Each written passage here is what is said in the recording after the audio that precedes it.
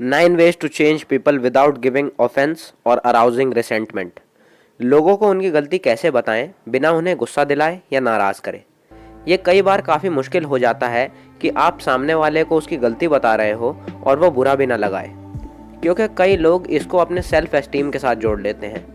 लेकिन mister del Carnegie ने हमें how to win friends and influence people book में ये 9 तरीके बताए हैं जिनसे आप सामने वाले की गलती भी बता दोगे और उसे बुरा भी नहीं लगेगा।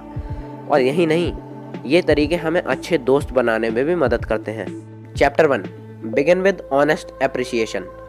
ये चैप्टर लोगों की तारीफ नहीं ऑनेस्ट तारीफ का फ़ायदा बताता है। ये चैप्टर कहता है कि अगर आपको किसी की गलती बतानी है तो उससे पहले आप उसकी सच्ची यानी कि ऑनेस्ट तारीफ कर दीजिए। कार्नेगी सर इस बात पर एग्जाम्पल देते हैं कि किस तरह एक डेंटिस्ट ड्रिलिंग करने से पहले दांतों को सुन कर देता है, जिससे पेशेंट दांतों के दर्द को सह सके। Chapter 2, call attention to people's mistakes indirectly. आज के समय में हमें लोगों की गलतियां बतानी ही पड़ती हैं, क्योंकि ये हमारे लव्ड वंस के लिए भले की चीज़ है, और अगर हम उन्हें उनकी गलती नहीं बताएंगे तो वे आगे और बेहतर नहीं बन पाएंगे। कुछ ऐसे शब्द होते हैं जो कि सामने वाले को बुरा महसूस करा सकते हैं। उनमें से ही एक शब्द है but. Let's take an example. मान लीजिए आप किसी से मिलते हो और कहते हो कि भाई तुम दिखने में तो काफ़ी फिट लग रहे हो, लेकिन ऐसा लगता है कि तुम अपनी लेग्स पर बिल्कुल भी काम नहीं करते। यहाँ पर लेकिन शब्द ने पूरा काम बिगाड़ दिया। इस सेंटेंस को आप इस तरीके से भी कह सकते हो, भाई तुम देखने में तो काफ़ी फिट लगते हो, और अगर तुम अपनी लेग्स में थोड़ा और अच्छा काम कर लो तो तुम और ज़्यादा मस्कुलर लगोगे। Chapter 3, talk about own mistakes first before criticising the other person. Dale Carnegie sir की भतीजी जोसेफी कार्नेगी एक बार उनकी पीए रह चुकी थी। उस समय जोसेफी नया नया काम सीख रही थी। वे जस्ट 21 साल की थी। डेल कार्नेगी सर उनके काम से संतुष्ट नहीं थे। वो ढंग से काम शायद नहीं कर पा रही थी। डेल कार्नेगी सर को गुस्सा तो आया एक बार को, लेकिन उन्होंने जोसेफी को डांटा नहीं, बल्कि उसे समझाया कि जोसेफी, एक समय पर मैं भी ऐसा ही था, लेकिन तुम टाइम के साथ साथ सारा काम सीख जाओगी। और उन्होंने उन्हें सजेस्ट करा कि आप अपना 100% अपने काम में दीजिए। यहाँ पर इस स्टोरी में मिस्टर डेल कार्नेगी ने पहले अपनी गलती बताई कि मैं भी पहले गलतियाँ करा करता था। इससे जोसेफी को अपनी गलती सुधारना ईजी लगा और उन्होंने बाद में आगे जाके काफ़ी अच्छा काम करा। Chapter 4, ask questions instead of direct orders. हम में से किसी को भी ऑर्डर्स लेना पसंद नहीं है, और पर्सनली मुझे भी ऑर्डर्स लेना पसंद नहीं है। हमें किसी को भी ऑर्डर्स नहीं देने चाहिए, बल्कि हमें उनसे क्वेश्चंस पूछने चाहिए या हम उन्हें सजेशंस दे सकते हैं, क्योंकि ऑर्डर्स आदमी के सेल्फ प्राइड को आहत करते हैं और सजेशन से कोलैबोरेशंस होती हैं, लेकिन ऑर्डर्स से रिबेलियन भी हो सकती हैं। Chapter 5, let the other man save his face.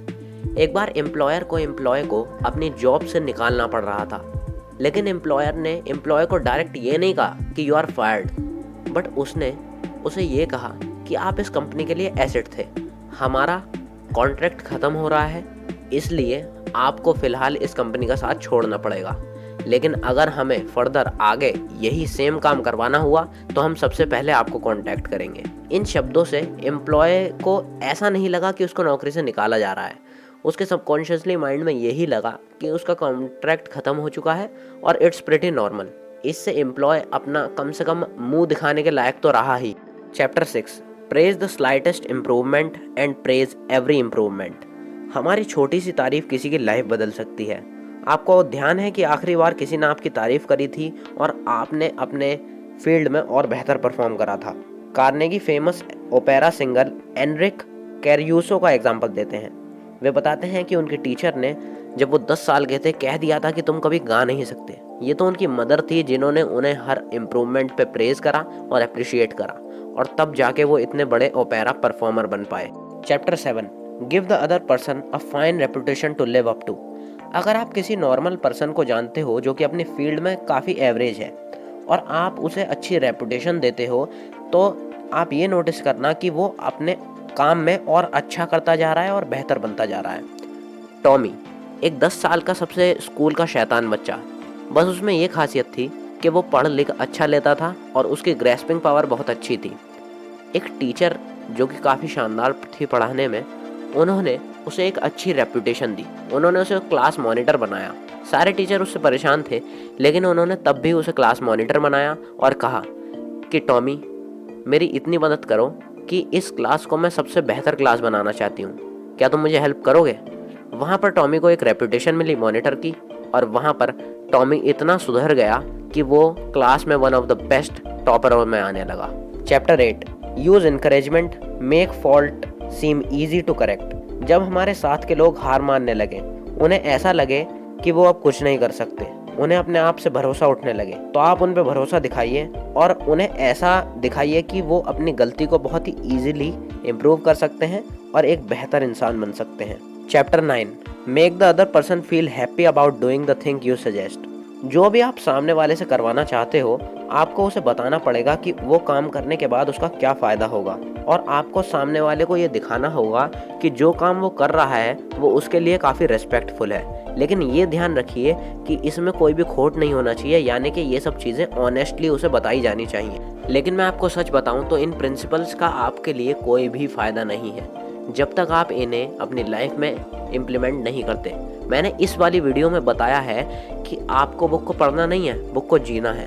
अगर आप बुक की टिप्स देखना चाहते हो तो इस प्लेलिस्ट पर क्लिक करो, और नई बुक जो कि एक मोटिवेशनल बुक होने वाली है उसकी समरी के लिए यहाँ पर क्लिक करो, और जाते जाते कमेंट बॉक्स में ये लिख दो कि I will apply these principle in my life. तभी आपकी लाइफ चेंज हो पाएगी।